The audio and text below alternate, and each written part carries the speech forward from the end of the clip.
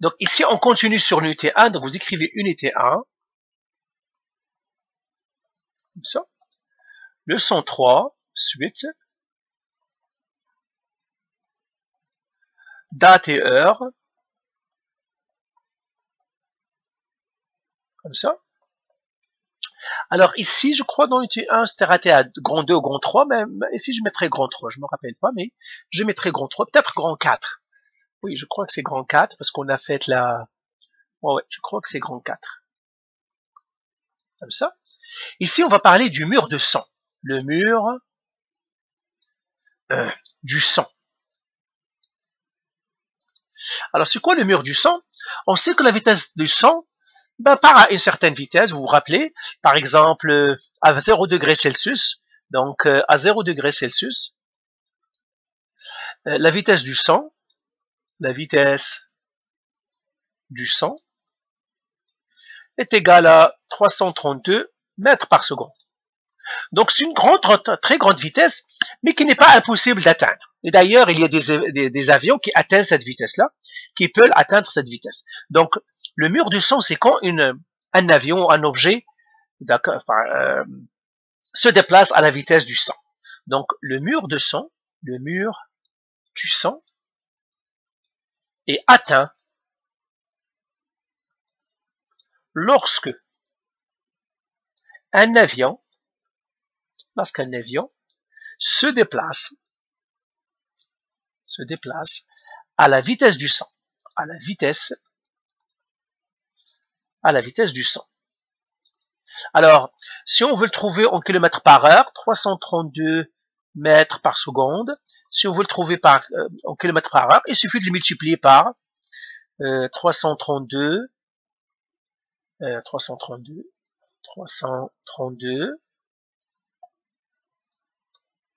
qui multiplie 3.6, ça nous donnera ça en kilomètres par heure. Alors, on va voir c'est en combien en kilomètres par heure.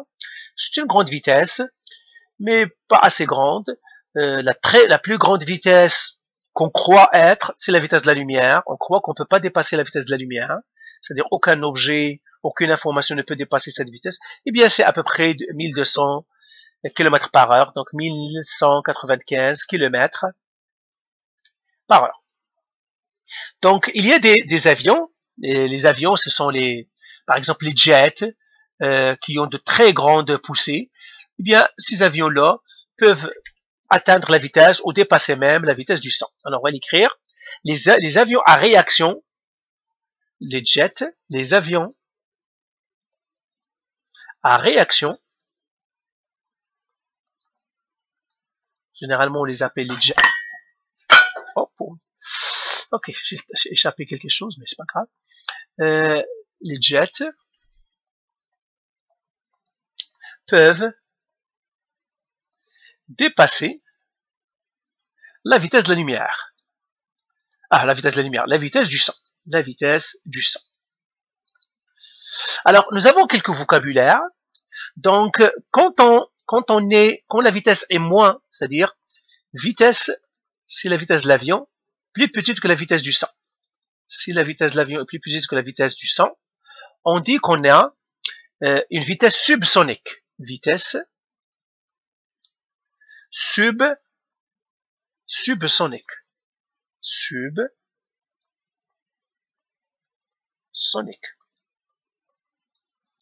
Alors, si la vitesse de d'un objet, c'est-à-dire par exemple, si j'ai vitesse d'un avion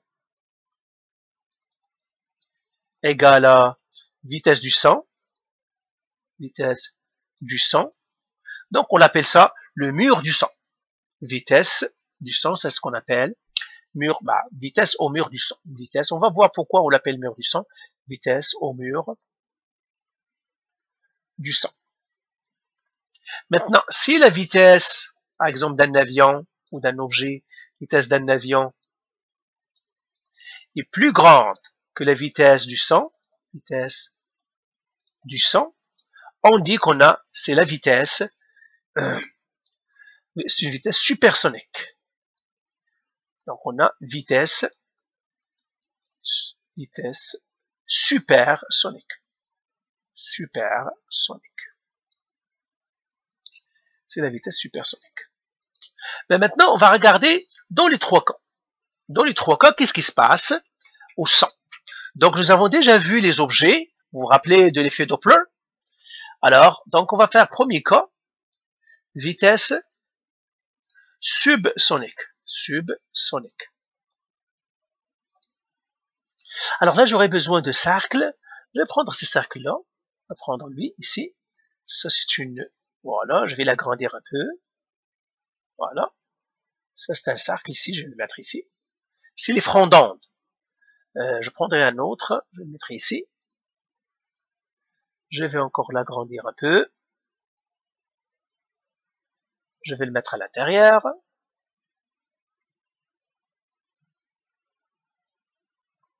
Voilà. Ou bien je vais tout simplement dessiner à la main. Pour ça, vous saurez que ce sont des cercles. Hein. Ils ne seront pas parfaits, mais ils seront des cercles. Alors, vous vous souvenez que dans l'effet Doppler, nous avons parlé quand l'objet, la source ne bouge pas.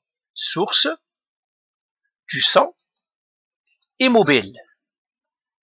Immobile, vous vous souvenez qu'est-ce qu'on a dit? Que vraiment, les fronts d'onde, les cercles, les fronts d'onde, eh bien, ils seront, ça c'est la source, et puis j'aurai les cercles qui seront concentriques, comme ça, vous vous souvenez, et on a dit, la longueur d'onde partout est la même, comme ça, la longueur d'onde, ici lambda est toujours la même, même si vous voyez dans le graphique il n'est pas, mais en fait, c'est tout simplement parce que j'arrive pas à tracer des cercles qui sont concentriques, mais le lambda c'est le même. Maintenant, quand l'objet se déplace, mais pas avec une vitesse subsonique, c'est-à-dire avec une vitesse plus grande que la vitesse du son, eh bien, qu'est-ce qui va se passer?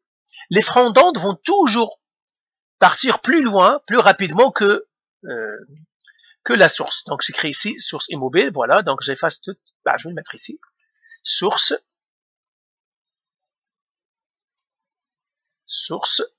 se déplaçant à une vitesse plus petite que celle du son. Eh bien, qu'est-ce qui va se passer dans ce cas-là? Eh bien, vous vous souvenez qu'on a fait ça. Alors là, je vais prendre les cercles, hein, parce que quand même les cercles, ils sont disérés. Donc, je vais laisser premier cercle ici. Ça, c'est les fronts d'onde. Comme ça. Je vais tracer que deux cercles. Et puis, je prendrai un autre.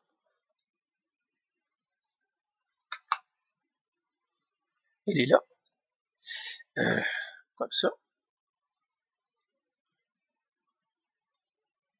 Cercle ici. Comme ça. Et puis, j'aurai un autre cercle. Je mettrai un autre ici. Il est là.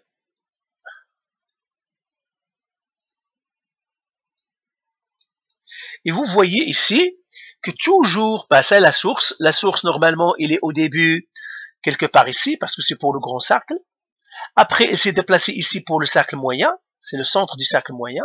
Après, il s'est déplacé ici pour le cercle ici. Donc ça, c'est la source qui s'est déplacée ici, se déplace ici. Vous voyez que les fronts d'onde ne se chevauchent pas. Un front d'onde ne dépasse jamais un autre. Ça veut dire, le plus vieux des fronts d'onde reste toujours, c'est-à-dire, il est toujours en avant, il ne se chevauche pas. Lui était plus vieux que lui plus vieux, donc le plus vieux reste toujours lui.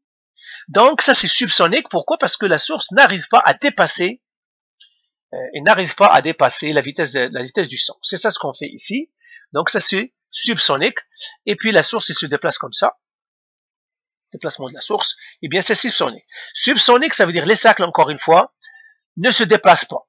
Le plus jeune va rester toujours à l'intérieur du plus vieux, le plus vieux encore va rester encore à l'intérieur de celui le plus vieux, celui qui a été en premier. Donc le premier cercle, deuxième cercle, troisième cercle. Maintenant, on va faire l'autre cas.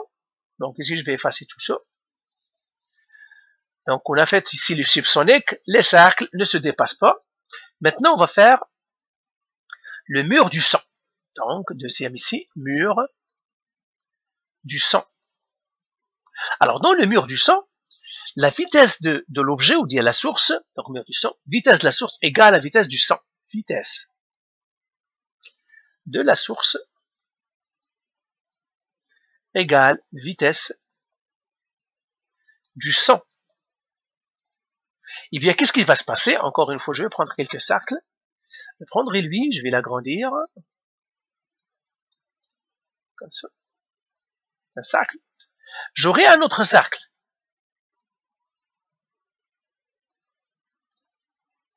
Ici. Mais cette fois-ci, ce cercle-là, je vais l'agrandir lui aussi. Il va se coller au premier. Pourquoi? Parce que la vitesse est la même. Ça veut dire que la vitesse du sang et la vitesse du front d'onde, ils vont se toucher. Alors, j'espère que j'arriverai à le faire.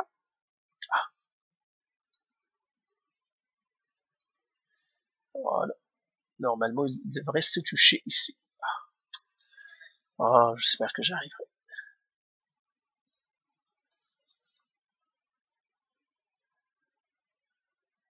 Oh.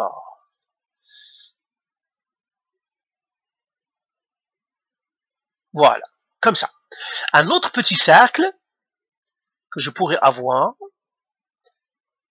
ça veut dire que tous les fronts, eh bien, ils se rattrapent.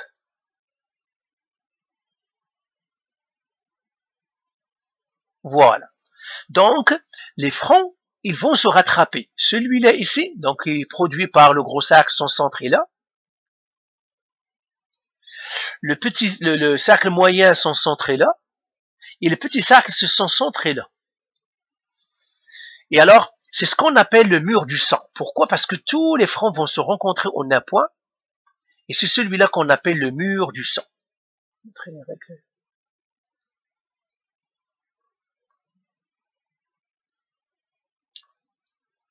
Le mur du sang. Je vais prendre avec ça. C'est le mur du sang. Je vais essayer de le tracer le plus précisément possible. Ça, je le garantirai pas, mais je vais essayer.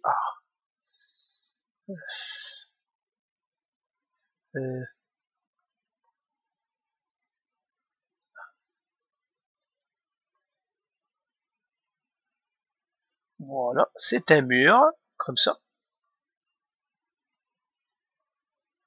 Et c'est ce mur-là qu'on appelle le mur du sang. Pourquoi? Parce que les francs ne se dépassent pas, ils restent en un point collé, comme ça, en se déplaçant. Mur du sang. Alors, le mur du sang, donc, après, nous avons la troisième, ou bien la dernière, je vais montrer ici, non, ça je l'efface, je vais effacer tout ce qu'il y a ici. Troisième, c'est, donc, troisième cas, vitesse supersonique. Supersonique. Alors, je vais revenir un petit peu ici. Les ondes ici, pas ici, mais je crois que lui, ici, les ondes ici, ils s'ajoutent. Donc ici, on va l'écrire ici, les ondes, ici, se renforcent. Se renforcent. Pourquoi? Parce que j'ai un front maximum avec un maximum. C'est comme les stylos, vous vous souvenez? Je crois avec, je sais pas, Aïcha ou Marie, je me rappelle pas. Mais avec les stylos, à un certain moment, Aïcha a eu 2 stylos. Maintenant ici, lui, il ne va pas avoir de stylo, mais disons que on a envoyé, par exemple, plusieurs stylos. Eh bien, Aïcha, à un certain moment, il n'aura pas un stylo ou 2, il pourra avoir 1000 stylos. Ok? Parce qu'ils vont se rencontrer. Là, c'est la même chose ici. Donc, on aura ici donc une très très très grande énergie. Et puis, alors le sang, bien sûr, vous vous souvenez, ce sont des pressions. Alors la pression ici, parce qu'on a dit c'est une pression, vous vous souvenez avec le diapason. Ici, la pression va être des pressions. La densité ici de l'air, densité de l'air sera très grande. De l'air est grande. Pourquoi? Parce que la pression ici est tellement grande, donc la densité est grande. Donc, pression grande, et puis densité grande. C'est pour cela que ces avions-là, ils doivent donner beaucoup d'énergie pour dépasser. Donc c'est ça le mur du sang, c'est quand la vitesse de la source égale à la vitesse du sang, eh bien on aura des francs qui vont s'ajouter ici, et ça, encore une fois, ils se renforcent, ce qui est donc quelque chose qui n'est pas agréable. Maintenant, regardons le vitesse supersonique. Vitesse supersonique, c'est encore pire. Ça veut dire la vitesse de la source,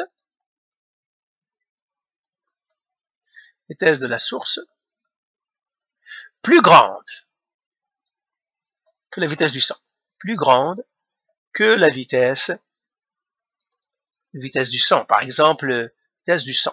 Par exemple, on a vu à peu près la vitesse du son, c'était à peu près 1200 km par heure. Et ben, quelqu'un qui se déplace, un avion qui se déplace par exemple à 1400 km par heure ou autre, eh bien, c'est une supersonique. Alors, la supersonique, il est pire que le mur du son.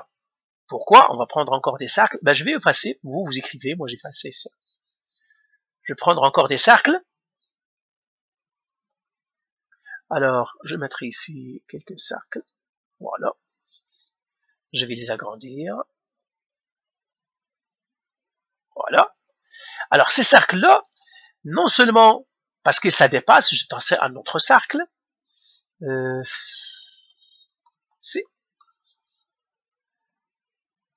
Peut-être je vais les mettre d'une autre couleur.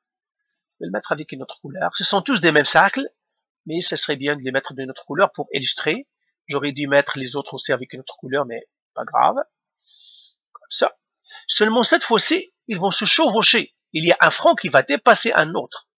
C'est-à-dire les nouveaux fronts vont dépasser les anciens. Et si j'ai encore, je mettrai un autre front, je mettrai avec du jaune, donc avec du bleu, comme ça. Lui encore, il pourra dépasser encore les fronts ici. Donc, il va encore dépasser. Eh bien, qu'est-ce qu'il y a? Il y a chevauchement. Ça veut dire chevauchement, ça veut dire qu'il y a des énergies qui vont s'ajouter, comme pour le sonic, mais là, c'est encore pire. Ça veut dire c'est encore de plus grande énergie parce que la vitesse est très grande. Et il y a des chevauchements. Ici, par exemple, ici, ici, ici, ici, ici. Donc, il y a les fronts d'onde qui vont s'ajouter. Et là encore, ça. Donc, il y a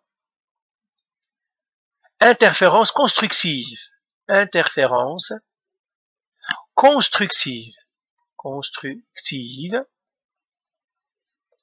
Ce qui mène à de grandes énergies. À de très grande énergie.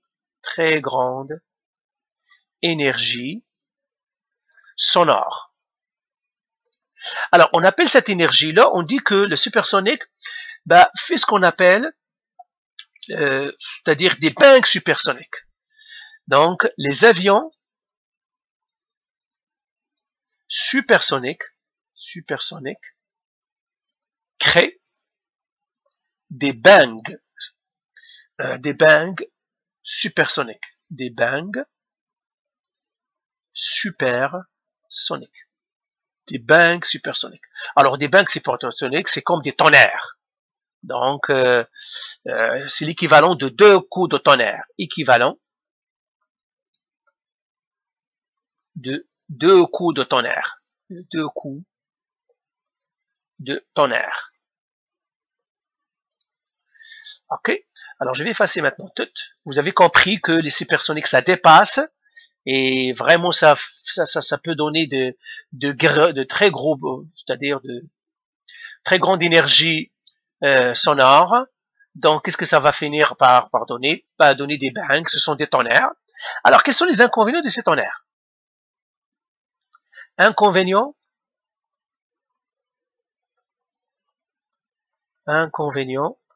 des bangs supersoniques.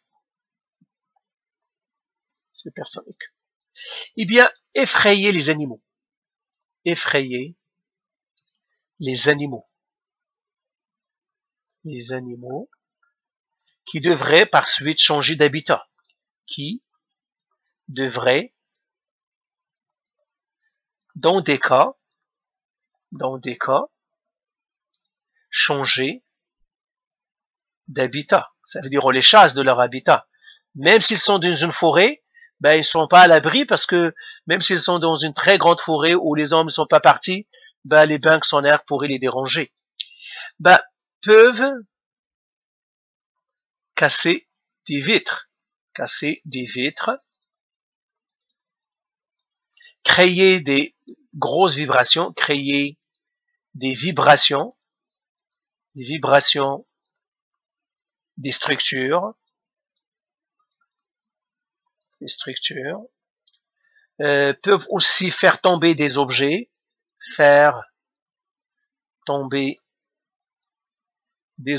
sont tellement puissants qu'ils peuvent faire tomber des objets. Et puis quoi donc, déranger les écosystèmes en général, hein, déranger les écosystèmes.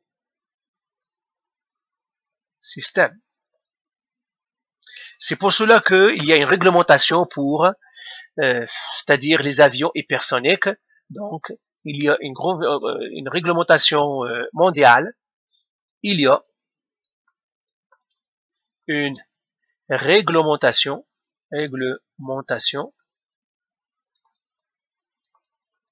mondiale des vitesses supersoniques, ou bien des avions supersoniques. Des avions supersoniques.